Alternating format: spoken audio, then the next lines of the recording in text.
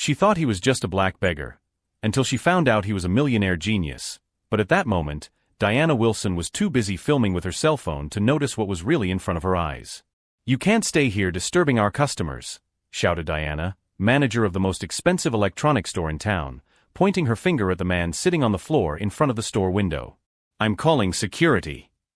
James Thompson, 34, remained impassive as people stopped to watch the spectacle.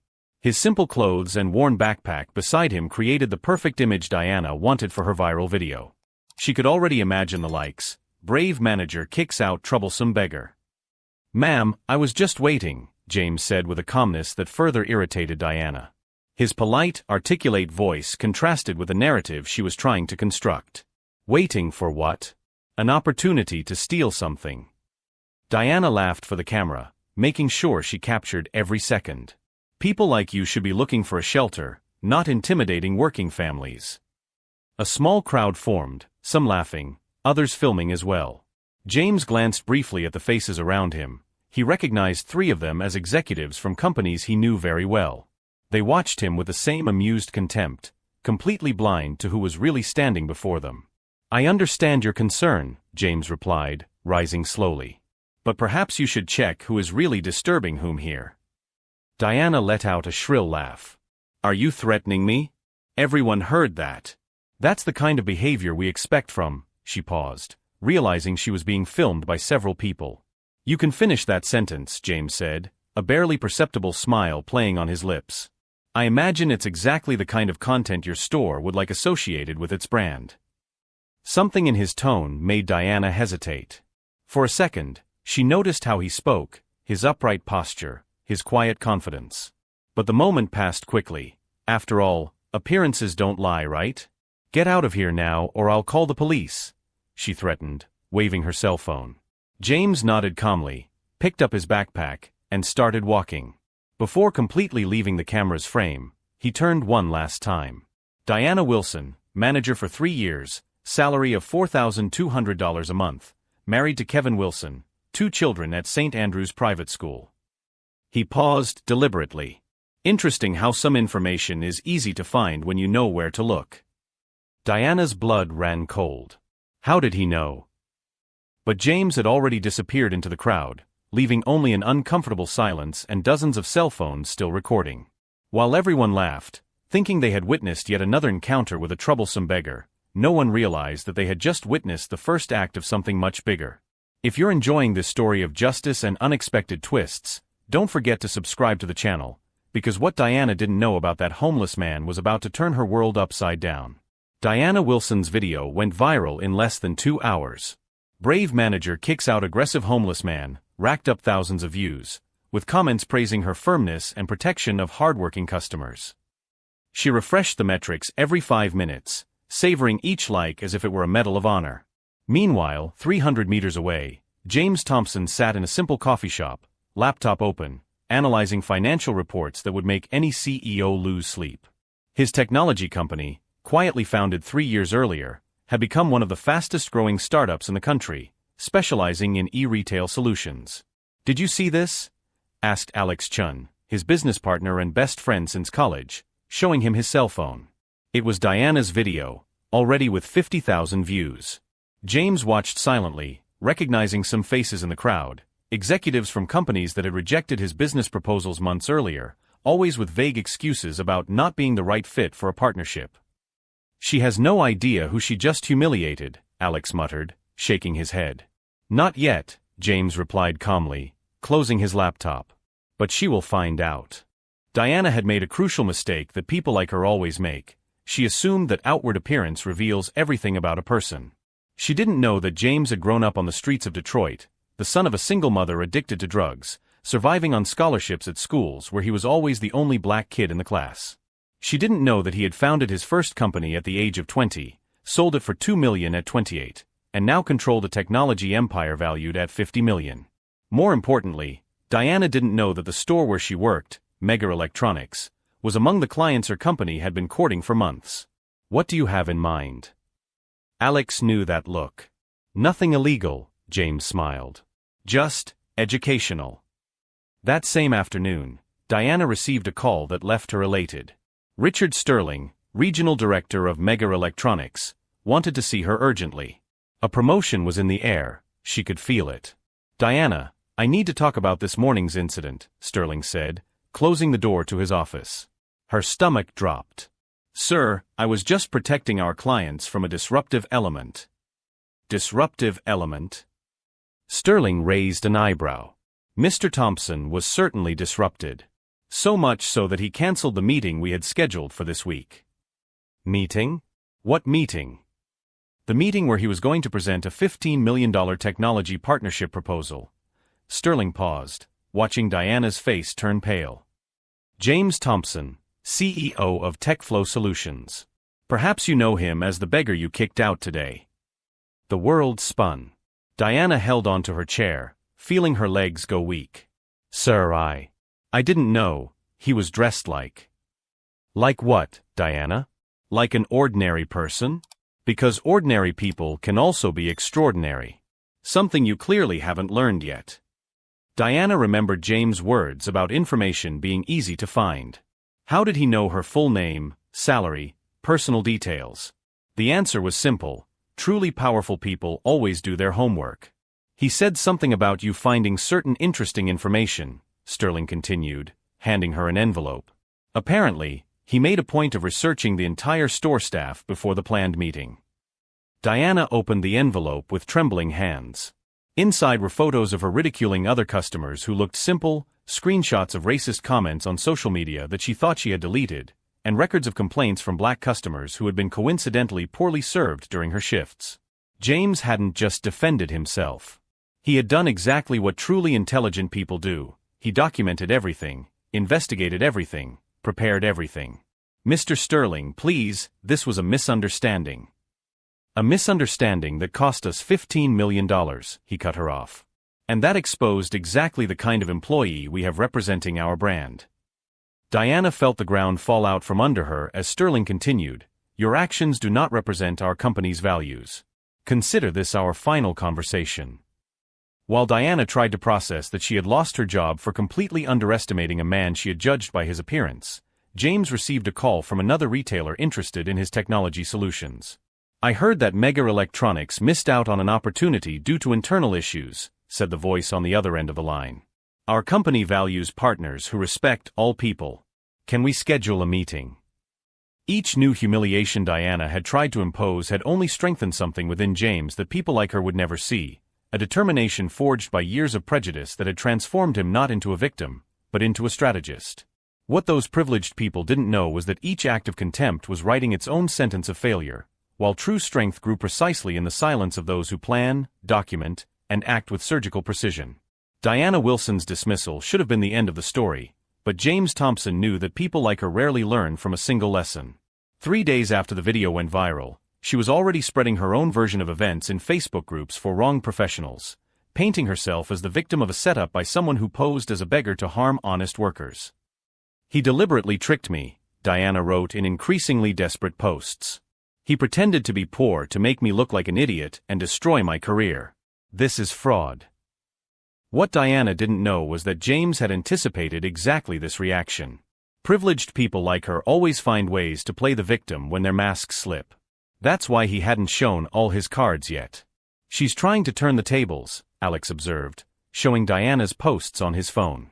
"Some idiots are even believing her story." James smiled calmly, typing on his laptop. "Let her talk. The more she exposes herself, the more evidence she gives me." While Diana was destroying her own online reputation, James was busy with something much bigger. The incident at the store had opened his eyes to a pattern he had been ignoring for years. It wasn't just Diana, it was an entire system of disguised discrimination operating in the shadows of the American corporate world. "Do you remember the meeting with Peterson and Associates last month?" James asked Alex. "When they rejected our proposal saying it wasn't what they were looking for." "I remember. It was weird. Our proposal was technically superior and 30% cheaper than the competition." "Exactly. And do you remember the CEO's comment about preferring to work with companies that understand their traditional culture?" James opened a folder on his computer filled with documents. "I've recorded 15 similar situations in the last 2 years. all with the same pattern. Alex raised his eyebrows when he saw the extent of the documentation. Lost contracts, last-minute cancelled meetings, misunderstandings about approved budgets. James had systematically catalogued every incident, every vague email, every lame excuse. You documented all of this. Everything. And now with the Diana case, I have the perfect example of how they really think when they think no one is recording. James paused the video on Diana's disgusted face. Imagine how many other talented professionals have been discarded by executives like her. It was then that James received a call that would change everything. Mr. Thompson? My name is Patricia Washington, a civil rights attorney. I saw the video from the store and would like to talk to you. Patricia was 45 years old, with 20 years of experience destroying corporate discrimination cases and a reputation that made racist CEOs lose sleep. When they met at her office, James realized he had found the perfect partner for what he had in mind. Diana's case is just the tip of the iceberg, Patricia explained, leafing through the documentation James had brought. But on its own, it's difficult to prove a systematic pattern. We need more cases. What if I told you I could get them? Patricia looked up, interested. How? James smiled, the same calm smile that had irritated Diana days earlier. By creating controlled situations where they feel comfortable showing who they really are. The plan was brilliant in its simplicity. James would use TechFlow Solutions as a laboratory to expose corporate racism. His company would bid on contracts with the same companies that had previously rejected his proposals, but this time with one crucial difference. James would send white representatives to the initial meetings. When they approve the proposal and then find out that the company is mine, we'll have documented evidence of discrimination, James explained. They won't be able to claim it was for technical reasons. Patricia smiled for the first time since they started talking. That's brilliant. And completely legal. Meanwhile, Diana had landed a temporary job at a smaller store, but her obsession with proving that James had committed fraud only grew. She began investigating TechFlow Solutions, uncovering addresses, partners, revenue, everything she could find on social media and in public records. Look at this, she said to her husband Kevin, showing him her phone. This guy is a real millionaire. He has an apartment in Manhattan, a $200,000 car. And he played the victim in front of me. Diana, forget about it. You already lost your job because of this. I can't forget Kevin. He destroyed me for fun. Rich jerk playing with hardworking people. This isn't going to stand. What Diana didn't realize was that every search she did, every post she wrote, every attempt to expose James only strengthened the case Patricia was building. Her own words demonstrated exactly the kind of mindset that made discrimination cases so difficult to prove, the inability to accept that she had misjudged someone. She's hanging herself with her own rope, Patricia commented, reading Diana's most recent posts. Each post is further evidence of racial and class bias. James nodded, but his mind was already on the next step. The first target company would be Peterson and Associates, the same one that had rejected his proposal on cultural grounds. This time Alex, who was white, would lead the initial presentation as TechFlow's interim CEO. Are you sure about this? Alex asked. If they find out, they could sue for fraud. It's not fraud. TechFlow Solutions is a real company with real products and real proposals. The only difference is who is presenting. James paused. And if they approve the exact same proposal they rejected when they thought I was the owner? Patricia finished his thought. We'll have irrefutable proof of discrimination. The first test would be the following week. James had prepared every detail, every possible scenario. If everything went as planned, it wouldn't just be Diana who would learn that underestimating people based on their appearance has devastating consequences. But as he prepared to expose an entire system of institutionalized prejudice, one question remained unanswered. When the truth finally came out, how many respectable careers would collapse along with the masks that sustained them? And most importantly, was Diana really prepared to discover that her public humiliation had been just the warm-up for something infinitely greater? The meeting at Peterson and Associates went exactly as James had predicted. Alex Chun, introducing himself as CEO of TechFlow Solutions, was greeted with warm smiles, firm handshakes, and premium coffee served in porcelain cups. The same proposal that had been rejected for cultural reasons, when James presented it was unanimously approved in 40 minutes. Fantastic work, praised Marcus Peterson, the CEO who had personally rejected James months earlier. Finally, a company that understands our traditional business philosophy. When can we sign the contract? Alex maintained his composure as he recorded every word with a device hidden in his shirt pocket. I would like to introduce our true founder and CEO before we finalize any agreement. The confusion on their faces was instantaneous. True CEO? But you said you. I said I was representing TechFlow Solutions. I never lied about my position. Alex smiled. James Thompson, our founder, would like to join us. When James entered the meeting room impeccably dressed in a Hugo Boss suit, carrying an Italian leather briefcase, the silence was deafening. Marcus Peterson paled, immediately recognizing the man he had publicly disparaged months earlier. Mr. Peterson, James greeted him calmly, extending his hand. How nice to see you again. I imagine our proposal is now more palatable. That's, Peterson stammered, looking desperately at the other executives. Fraud. James finished, opening his briefcase. Let me clarify. Every word of the proposal you just approved was written by me. Every technological innovation, every financial projection, every benefit that excited you 10 minutes ago. The only difference is that now you know who really created it all. Patricia Washington chose that exact moment to enter, accompanied by 2 assistants carrying boxes of documents. Gentlemen, I am Patricia Washington, a civil rights attorney. I would like to discuss some interesting inconsistencies in this company's vendor selection criteria. Panic set in as Patricia began to present meticulously organized evidence. Internal emails discussing the cultural fit of proposals, records of instant approvals for white-led companies versus lengthy reviews for companies with black leaders, systematic patterns of discrimination that had been repeated for years. This is just the Peterson and Associates case, Patricia explained, handing out documents. We have similar evidence from 15 other companies that follow exactly the same pattern. Meanwhile, Diana Wilson was about to discover that her obsession with exposing James had become her own undoing.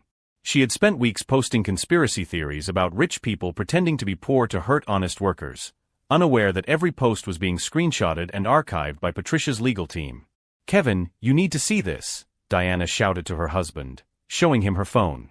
A video of the meeting at Peterson and Associates had been leaked, James confronting executives about systematic discrimination, documents being presented, powerful men being forced to acknowledge their biases in real time. Diana, stop it, Kevin begged. You're obsessed. That man doesn't even remember you exist. He ruined my career. You ruined your own career by treating a client like trash. But Diana couldn't stop. She had created a Facebook group called Victims of James Thompson, where she shared increasingly elaborate theories about how he manipulated the system to harm working Americans. It had 15 members, most of them other employees who had been fired for discriminatory behavior. What Diana didn't know was that private investigators hired by Patricia were monitoring every post, every comment, every attempt at defamation. When she posted the theory that James had bribed judges to persecute honest white people, the line had definitely been crossed. The subpoena arrived on a Tuesday. Diana Wilson was being sued for defamation, slander, and systematic harassment. The amount, $5 million in damages to reputation and loss of business contracts. This is persecution, she shouted into the phone to any lawyer who would take her call. He's using his money to destroy me. But when the lawyers saw the evidence, months of obsessive posts, documented conspiracy theories, attempts to organize boycotts against James's company, they all came to the same conclusion: the case was indefensible. The most devastating moment came when Patricia publicly presented the Thompson Report, a 200-page document detailing systematic discrimination at 15 major American corporations. The report not only exposed specific companies, but revealed an interconnected network of executives who shared the same prejudices, the same veiled codes for excluding black professionals. Marcus Peterson lost his job within 48 hours. The board of Peterson and Associates, facing $5 million lawsuits and customer boycotts, had no choice but to publicly dismiss him. 6 other CEOs followed suit that same week. It was never about personal revenge, James explained in an interview on the country's most-watched TV show.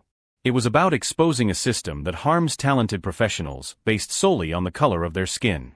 Diana Wilson was just the spark that lit a fire that was already waiting to happen.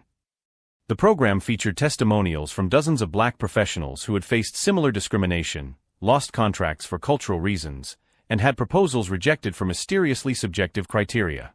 The Thompson Report had given voice to an injustice that had been operating in the shadows for decades.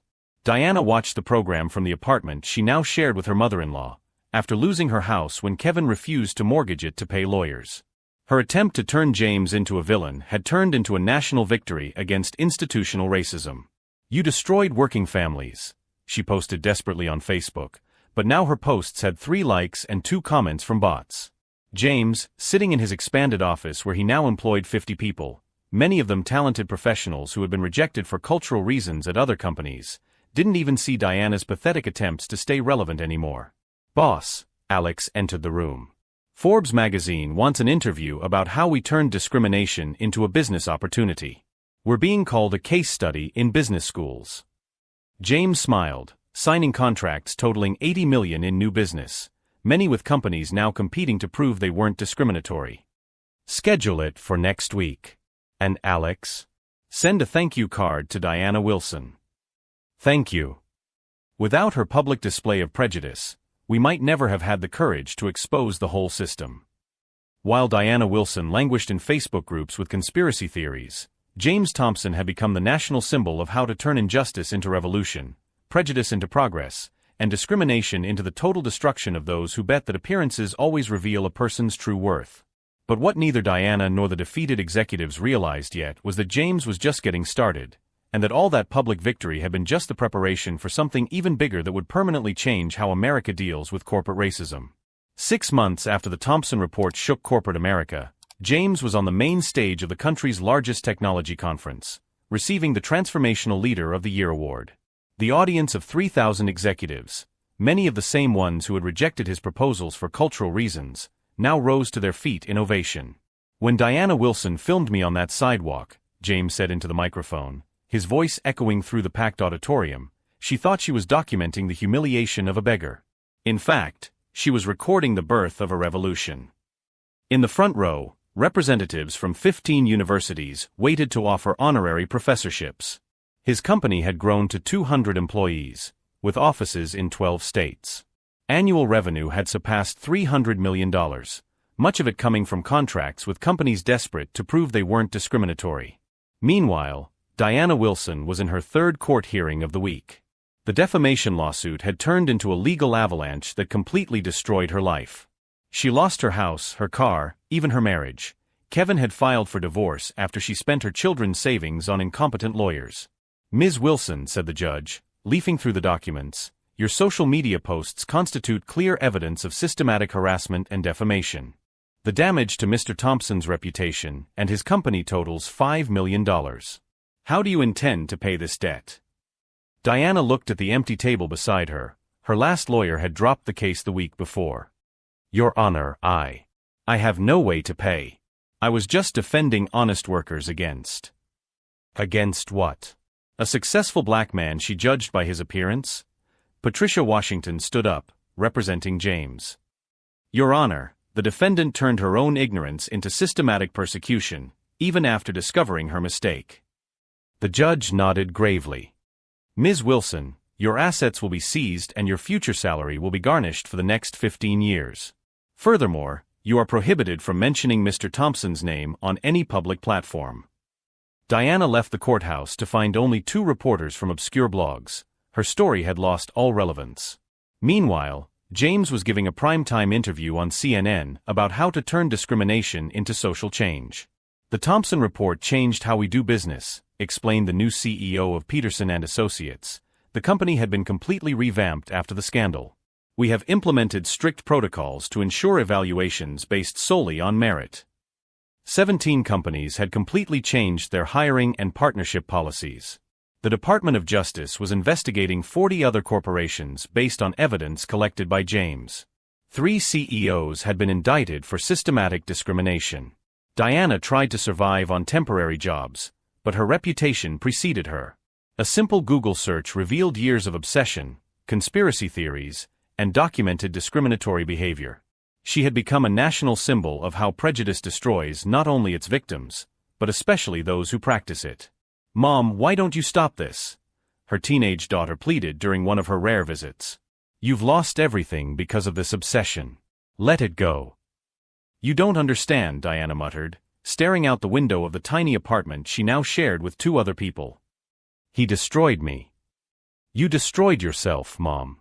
You filmed it, you posted it, you didn't stop when you should have." The truth hurt more than any lawsuit. Diana had built her own prison, brick by brick, post by post, trial by trial. Meanwhile, James inaugurated the Thompson Institute for Technological Justice, offering full scholarships to young people from disadvantaged communities interested in careers in technology. The first group of 50 scholarship recipients included 3 children of people who had lost their jobs due to systematic racial discrimination. "The best revenge," James said during the inauguration ceremony, "has never been to destroy those who have harmed us. It is to build something so great, so important, that their small prejudiced minds become irrelevant." Patricia Washington, now his partner at the Institute, smiled as she watched former discriminatory executives lining up to contribute donations, trying to repair tarnished reputations. "You turned humiliation into revolution."